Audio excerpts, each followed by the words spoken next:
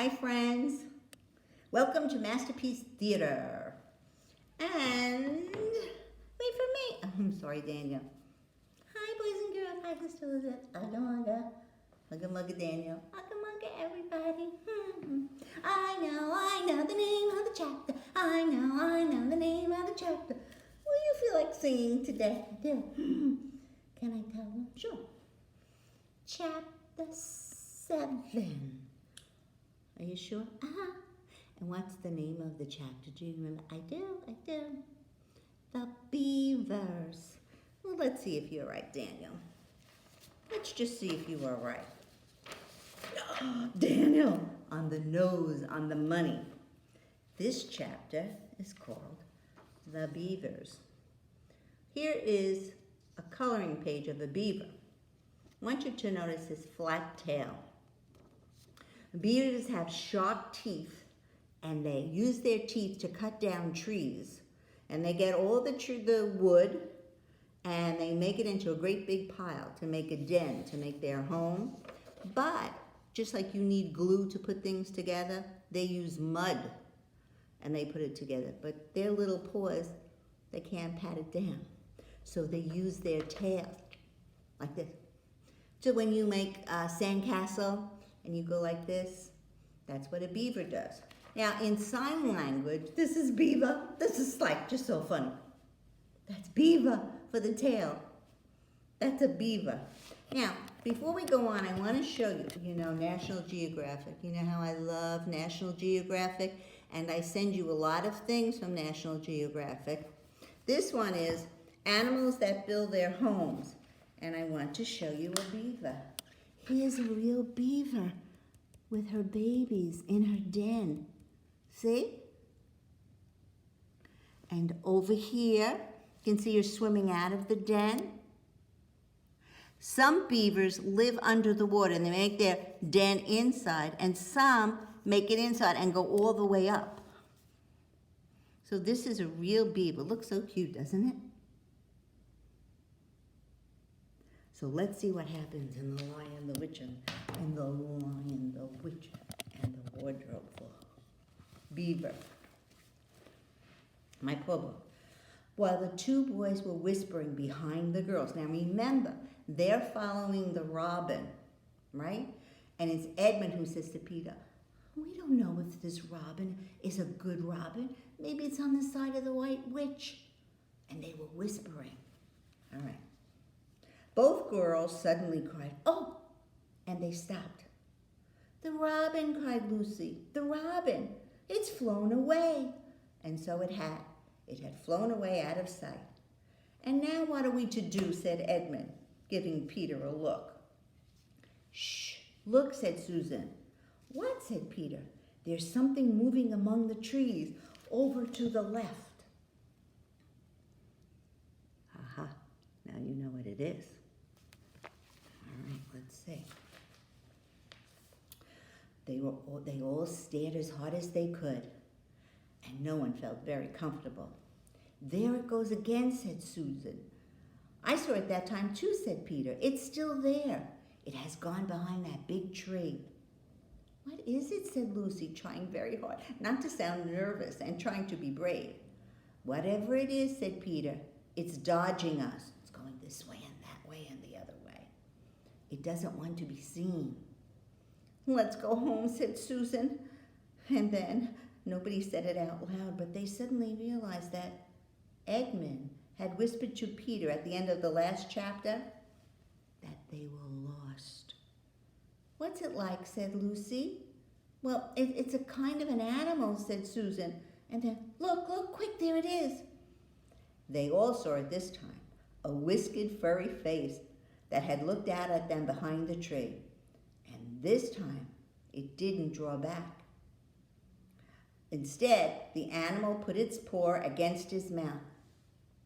Go like this. Don't make a sound. No noise. The children stood holding their breath.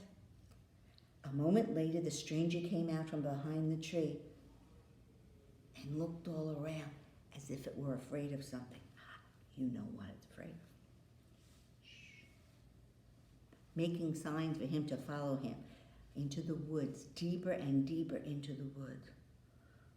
I know what it is, said Peter. It's a beaver, 'cause I saw its tail.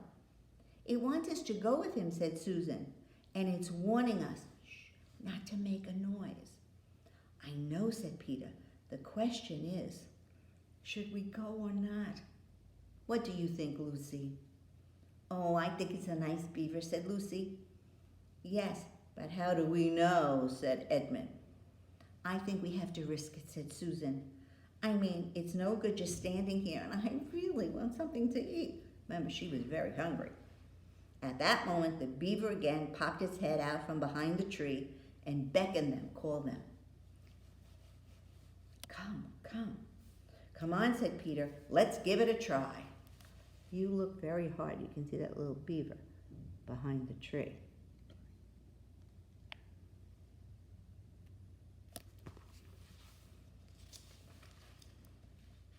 Let's all keep close together.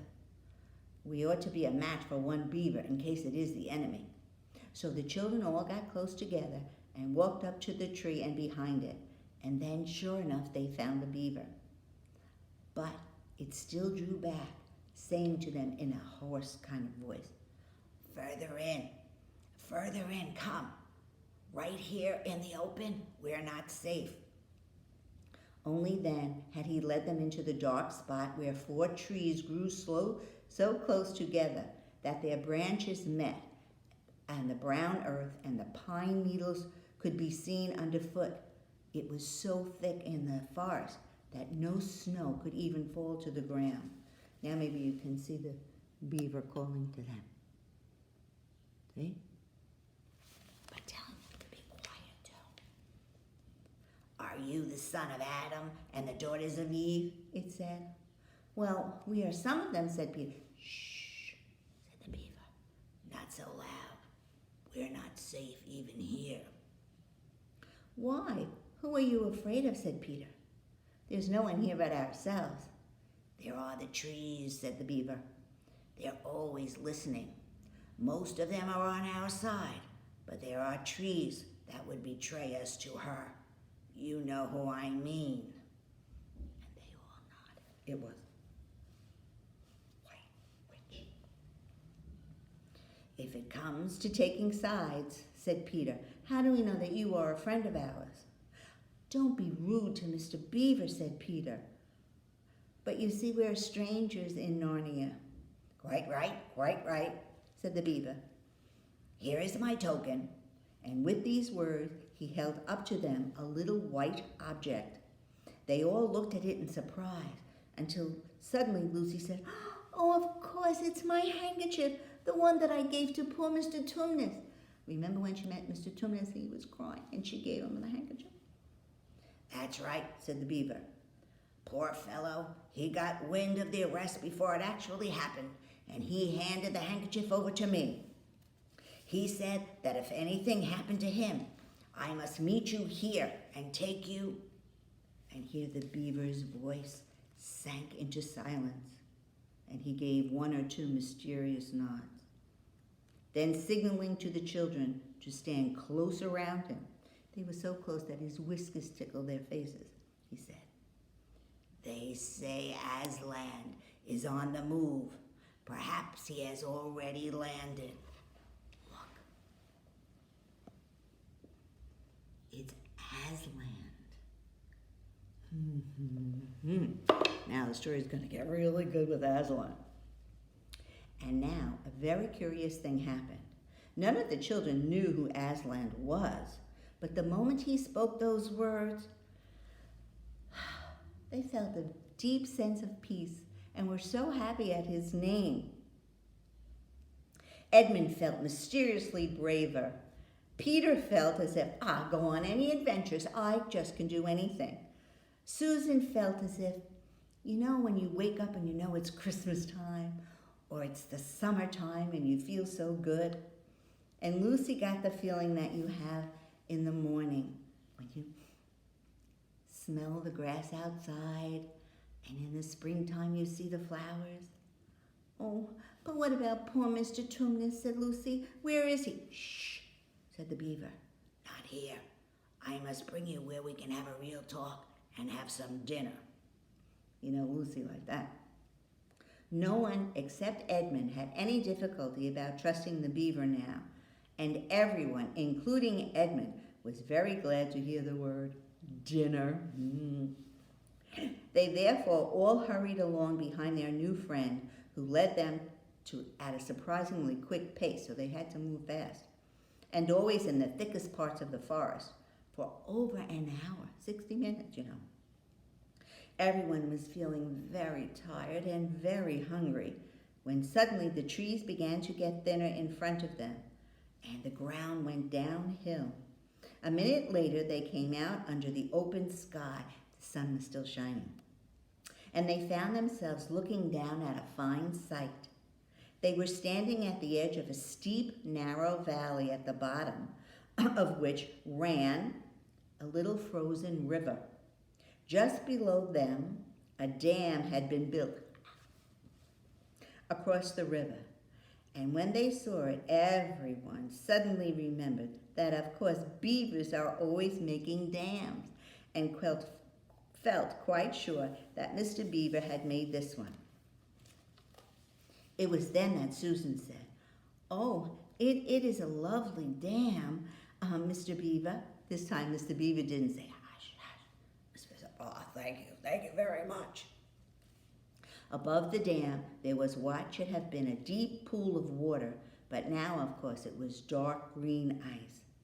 And out in the middle and partly on top of the dam was a funny little house. It was shaped rather like an enormous beehive, and from a hole in the roof, smoke was going up. So that you would expect that somebody must be cooking. And the children were hungry, especially Lucy. That was what the others chiefly noticed, but Edmund noticed something else. A little lower down the river, there was another small river, which came down to meet another valley. And looking up at the valley, Edmund could see two small hills, and he was almost sure that those were the two hills which the White Witch had pointed out to him when he parted from her at the lamppost the other day. And then between them, he thought, that must be the palace of the White Witch. Oh, and he thought about his Turkish delight, and he thought about being a king. I wonder how Peter would feel about that if I were the king, he said to himself. And all these terrible ideas came into his head. Here we are, said the beaver, and it looks as if Mrs. Beaver is expecting us. I'll lead the way, but be careful, don't slip. Here they are. They have on their fur coats, and they're going into Mr. Beaver's den. They must be very hungry, and I think very cold, even though they have those coats on. The top of the dam was wide enough to walk on, though really not for humans. A very nice place to walk because it was covered with ice. That's why they had to be careful. And through the frozen pond, it got level on one side, but then there was a nasty drop into the river on the other. Along this route, Mr. Beaver led them in single file out to the middle, where they could look a long way up the river and a long way down. And when they had reached the middle, there was a door to the house. Here we are, Mrs. Beaver, said Mr. Beaver. I found them. Here are the sons of Adam and the daughters of Eve. And they all went in. The first thing Lucy noticed as she went in was a burring sound. And then she saw a kind-looking she-beaver sitting in the corner with thread in her mouth, working busily at her sewing machine. And it was from there that the sound came. She stopped her work and she got up as soon as the children walked in. "Oh, so you've come at last," she said, holding her wrinkled paws out to them. "At last, and to think I should live to this very day. Oh, the potatoes are on boiling and the kettle's singing, and I dare say, Mr. Beaver, you'll go out and get us some fish." "That I will," said the beaver, who went out of the house, and Peter went with him. And across the ice of the deep pool to where they had come in, there was a little hole of ice. And right there was a bucket and a hatchet. They took the pail with them, and Mr. Beaver sat down quietly at the edge of the hole. He didn't seem to mind being so chilly. He looked hard into the hole, then suddenly put his paw in and whisked out a fish, one after the other after the other. This part kind of reminds me of you, Harrison, when you caught the fish with your hands, right? Just like Mr. Beaver.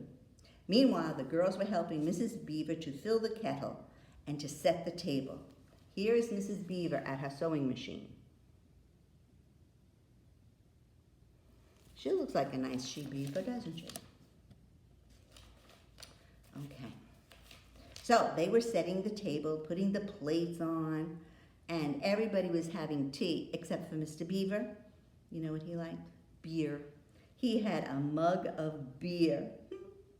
Lucy thought the Beaver's home was a very snug little home, but not like Mr. Tumnus's cave. There were no books or pictures. Instead of beds, there were bunks, like on board a ship, built right into the wall. And there were hams and strings of onions hanging from the roof, and against the walls were gumboots and oilskins and hatchets and a pair of shears and spades and lots of things, fishing rods and fishing nets and sacks. And the cloth on the table was very clean, but it was kind of rough. Just as the frying pan began hissing from the oil in the frying pan, Peter and Mr. Beaver came in with the fish, which Mr. Beaver had already opened up and cleaned with his knife outside in the open air. Oh, you can imagine how nice the smell of the fish was. Now, we're ready. Susan drained the potatoes and put them all in the back of an empty pot to dry on the side of the range while Lucy was helping Mrs. Beaver to dish up the trout. So there was a few minutes when everybody was drawing up their stools, three-legged stools. Stools are the same kind of chairs that we have around our science table. With the 3 legs, that's what they were sitting on. Everyone was sitting there except for Mrs. Beaver. She had her own special rocking chair beside the fire, and everyone was preparing to enjoy themselves. There was a jug of creamy milk for the children. Mr. Beaver stuck to his beer, and a great big lump of large yellow butter right in the middle of the table. This might be a little hard to see. Remember, the dam is a little small for all these people. And they were ready to have their dinner. Don't want to miss a page. Oh, everyone was delighted with the potatoes. And the children thought, there's nothing better than good fresh fish. When they had all finished, Mrs. Beaver brought unexpectedly out of the oven a great big, glorious, sticky marmalade roll, steaming hot. And at the same time, she moved the kettle onto the fire so that when they had finished the marmalade roll, the tea was made and would be ready to be poured. And when each person had got his or her own cup of tea, each person could sit back in the stool and breathe a sigh of contentment because they were nice and full now. And now, said Mr. Beaver, pushing away his empty beer mug and pulling his cup of tea toward him. If you'll just wait till I've got my pipe lit, he said, then we can get down to business. It's snowing again, he added, looking at the window. That's all the better, because that means no one will see us here. They can follow our footprints in the snow. Come back to my house next time for Chapter 8. Open up your memory banks. Chapter 8. What happened after dinner? Chapter 8. What happened after dinner? I'll give you a sneak preview. Chapter 8. What happened after dinner? Oh, tell me now. Daniel, you have to wait till the next time. But I know you want to know. Okay? I want to see as I can't tell. I can't give away the secret. All right? So that is our brief but spectacular moment. We'll see you next time. Ugga munga. Ugga munga, boys and girls. Bye.